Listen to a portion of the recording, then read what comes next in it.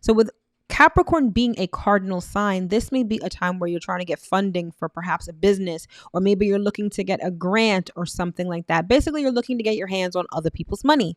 So Capricorn season would be a great time to try to get that going, especially if you tried in the past and it didn't work out.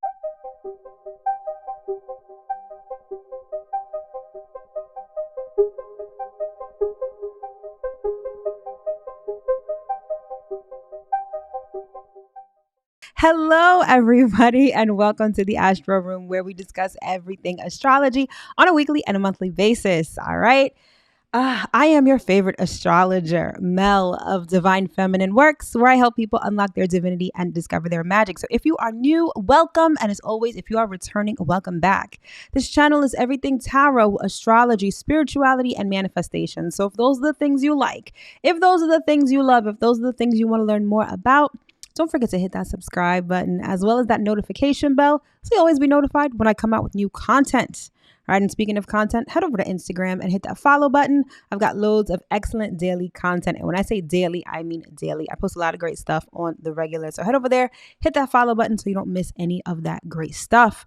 All right, my loves, welcome to another edition of the monthly Astro Forecast for the month of January 2023. Gemini rising. For you, the areas of focus for January are your 8th house of intimacy, your 9th house of spirituality, your 1st house of self, and your 2nd house of money and assets. So during Capricorn season, the focus is going to be on your 8th house of intimacy. So this could be intimacy in terms of your sexual relationships or your closest, most intimate relationships.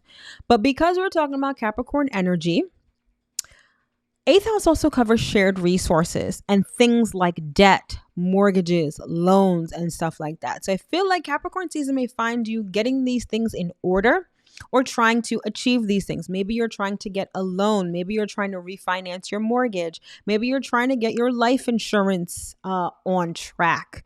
Any of those sort of things are very much fair game for Capricorn season. And with Mercury being retrograde and going direct in Capricorn, these things from the past may be coming back around. Like let's say you had a tax issue, a tax debt may come up for you while Mercury is retrograde. Maybe there's issues with your paperwork with respect to a will or an insurance policy. Those things may come back around when Mercury is retrograde. Okay. So by and large, Capricorn in the 8th house during Capricorn season for you guys, it may be filled with a lot of paperwork.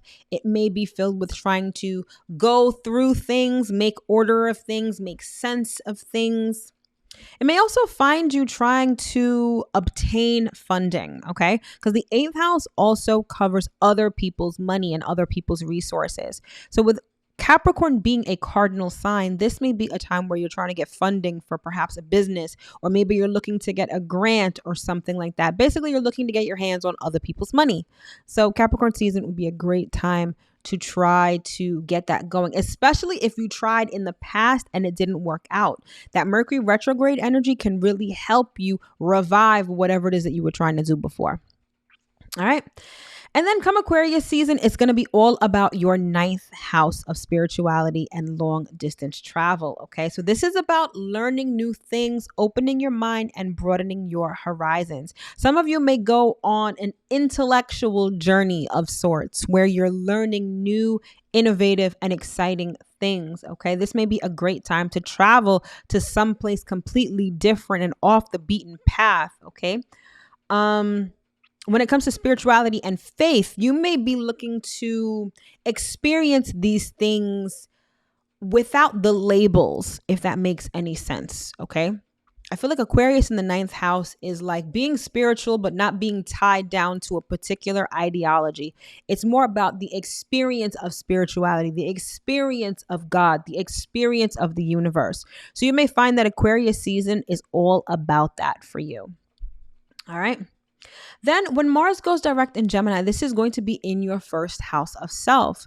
So I feel like when Mars first entered Gemini, you guys were probably trying to do the most. You probably were trying to work out. You were trying to look different. You had a different attitude. Your thoughts were going a mile a minute.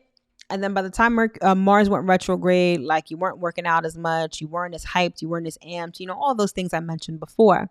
But now that Mars is going direct, you're going to get a battery in your back once again. And it's time to learn new things, work out, change your body. And the first house covers the self, right? It covers your thoughts, it covers your outlook on life, and by and large, your physical appearance. So anything you're trying to change or any desire you have for your body is something that you may want to achieve when Mars is direct in Gemini. This may include surgery, okay? So if you're looking to get some body work done, hopefully you didn't get it done while Mars was retrograde because it was probably a botched job. I'm not even gonna lie to you. But the fact that Mars is now direct, you kind of have the green light to go get that BBL or go get calf implants, whatever it is that you're trying to do. All of that stuff is good to go when Mars is direct in Gemini. All right. And then finally, that full moon in Cancer is going to highlight your second house of money and material possessions. So at that time, money matters, investments, saving, big ticket items, physical, tangible things are going to come into focus. Like they're going to be illuminated, right? So that Cancer Capricorn axis for you, Gemini, it has to do with your personal money, like your money on the one end and other people's money on the other. Okay. So with this full moon in Cancer, it may trigger you because money issues may come up, right? Maybe you have to spend money. Maybe you realize that you've been, blowing money on something that hasn't been working out for you, right? This may be the time for you to get things in alignment and get things back on track, okay?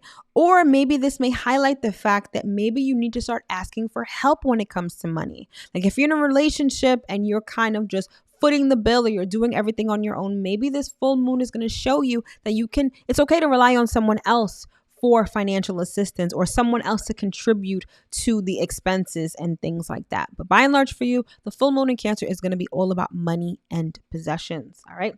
So for you, January is also a mixed bag, right? I think you've got a lot of money issues coming up because you do have a focus on your second house and your eighth house.